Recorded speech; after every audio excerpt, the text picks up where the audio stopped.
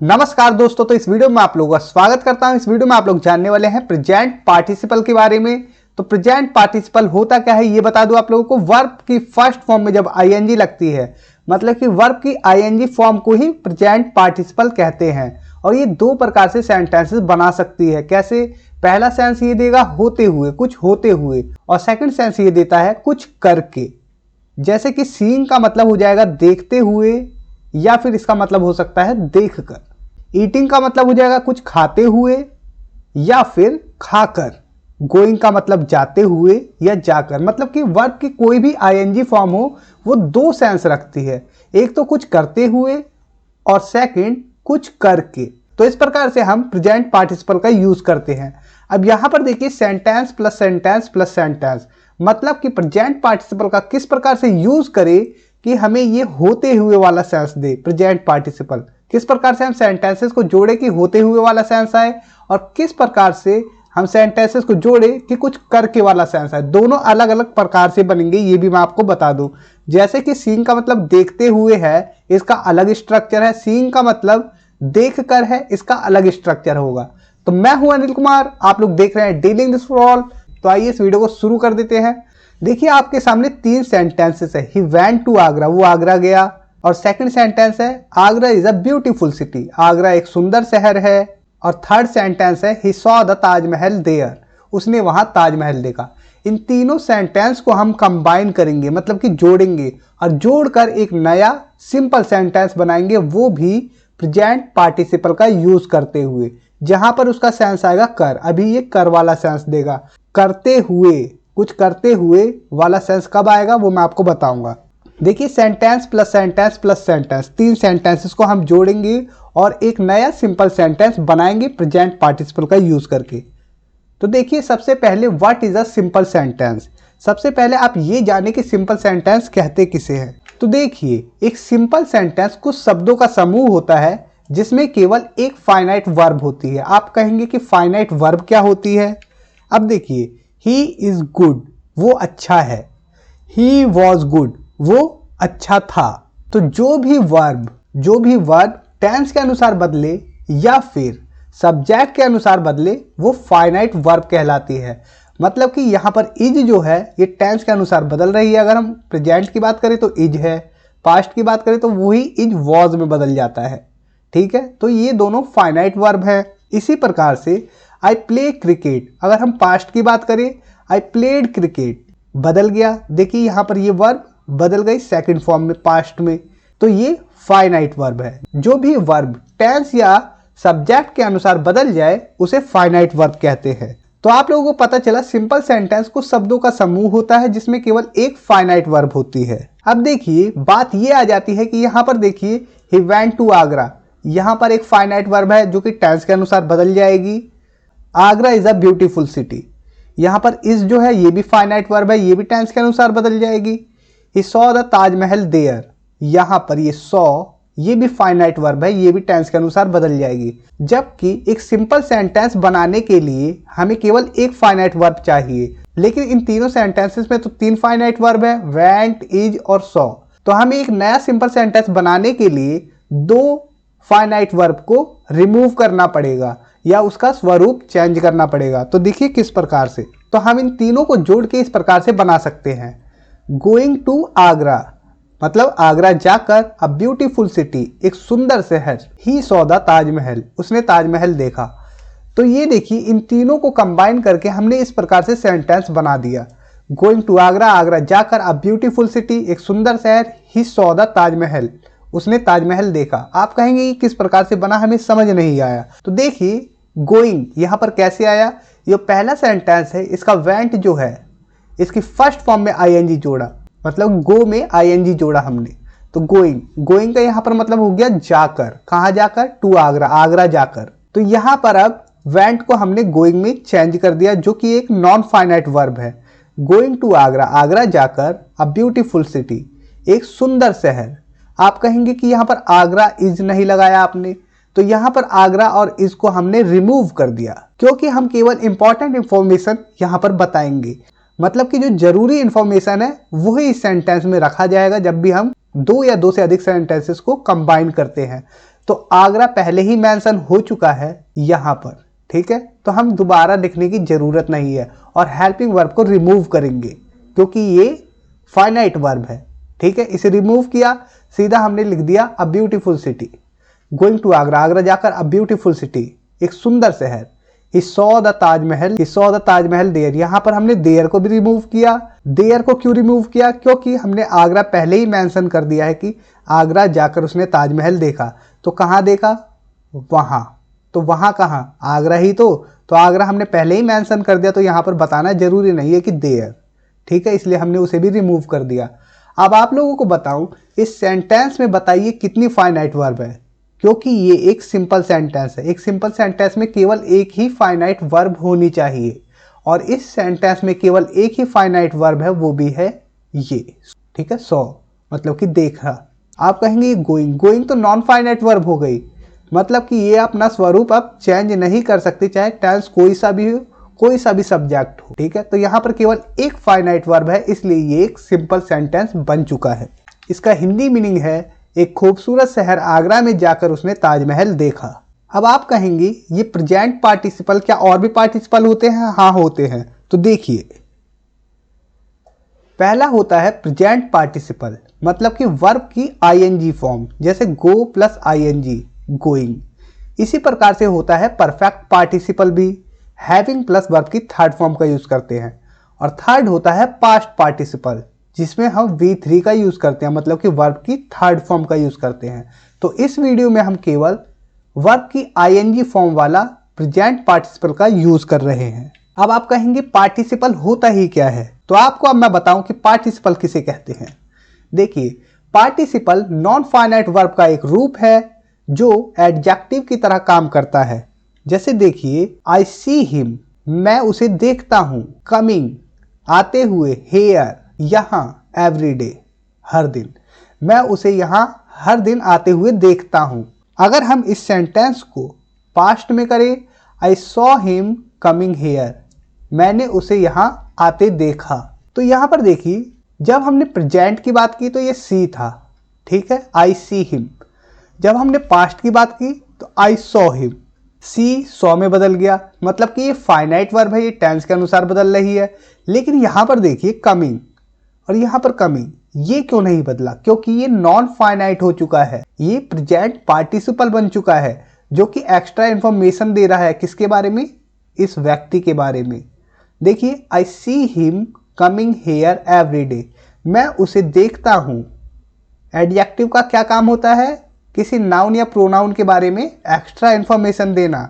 तो यहां पर क्या हो रहा है? हिम, हिम कैसा है? आता हुआ। आई सी हिम, मैं उसे देखता हूं। कैसा देखता हूं? कमिंग हेयर एवरीडे, यहां आते हुए। तो आते हुए एक विशेषता बता रहा है कि मैं उसे आते हुए ही देखता हूं, आते ही हुए, ठीक है। इस प्रकार से कमिंग यहाँ पर प्रेजेंट पार्टिसिपल का काम कर रहा है, जिसका मतलब हो रहा है कि कुछ होते हुए। अब देखिए प्रेजेंट पार्टिसिपल का यूज करने का rule. To use present participle, जैसा कि आप लोग को मैंने बताया कि वर्ब की आईएनजी फॉर्म को प्रेजेंट पार्टिसिपल कहते हैं। इसका मतलब हो जाता कुछ होते हुए या कुछ करके। जैसे गोइंग का मतलब जाते हुए या जाकर, ईटिंग का मतलब खाते हुए या खाकर, सीइंग का मतलब देखते हुए या देखकर। इतना आप लोगों को पता है, लेकिन ये यूज किस प्रकार से होते हैं ये अब मैं आपको बताने जा रहा हूं। तो सबसे पहले देखिए, जब हम प्रेजेंट पार्टिसिपल यूज करेंगे तो दोनों सेंटेंस का सब्जेक्ट एक ही हो, मतलब कि एक ही होना चाहिए दोनों सब्जेक्ट। जैसे एग्जाम्पल देखिए, सीता सॉ टाइगर, सीता ने एक बाघ देखा। सी रैन अवे, वो दौड़ गई, ठीक है, वो भाग गई। सीता सॉ टाइगर, सीता ने एक बाघ देखा। सी रैन अवे, वो दौड़ गई, मतलब कि भाग गई। अब यहाँ पर देखिए सीता और ये सी, ये एक ही व्यक्ति हैं, ठीक है, एक ही स्त्री की बात हो रही है। ये सीता भी सी है और सी ही सीता है, ठीक है। इतना आपको पता चला कि दोनों सेंटेंस का सब्जेक्ट एक ही हो। अब देखिए सेकंड रूल है, जब पहले वाक्य का ऑब्जेक्ट दूसरे वाक्य का सब्जेक्ट एक ही हो, मतलब कि पहला जो वाक्य है उसका ऑब्जेक्ट और जो दूसरा वाक्य है उसका सब्जेक्ट एक ही हो, तब हम प्रेजेंट पार्टिसिपल का यूज करते हैं। जैसे सीता सॉ टाइगर, सीता ने एक टाइगर देखा। इट वॉज ईटिंग समथिंग, वो कुछ खा रहा था। अब यहाँ पर देखिए सीता सॉ टाइगर, अब यहाँ पर ये जो ऑब्जेक्ट है सेकंड सेंटेंस में देखिए वही सब्जेक्ट है, इट वॉज ईटिंग समथिंग। यहाँ पर सीता की बात नहीं हो रही सेकंड सेंटेंस में, यहाँ पर टाइगर की बात हो रही है। इट, टाइगर जानवर है इसलिए इट का यूज किया। यहाँ पर देखिए दूसरे वाक्य का सब्जेक्ट एक ही हो, यहाँ पर ऑब्जेक्ट और दूसरे वाक्य का सब्जेक्ट एक ही है। तीसरा रूल है एक साथ दो क्रियाएं घटित होती है। दूसरा काम पहले काम के तुरंत बाद या साथ में घटित होता है, मतलब तुरंत हो जाता है या उसके साथ ही हो जाता है। दूसरा काम किसी को कुछ करते हुए सुना, पाया या देखा, उसमें हम प्रेजेंट पार्टिसिपल का यूज कर सकते हैं। किसी कारण का बोध होने पर भी हम प्रेजेंट पार्टिसिपल का यूज करते हैं। अब आइए मैं आप लोगों को एग्जांपल्स देता हूं कि इनका यूज किस प्रकार से करना है। सीता सॉ टाइगर, सीता ने एक बाघ देखा। सी रैन अवे, वो भाग गई। अब इन दोनों सेंटेंसेस को कंबाइन हम इस प्रकार से करेंगे। Seeing a tiger, Sita ran away, मतलब सीइंग अ टाइगर बाघ देखकर। यहाँ पर सीइंग का क्या मतलब है? देखकर।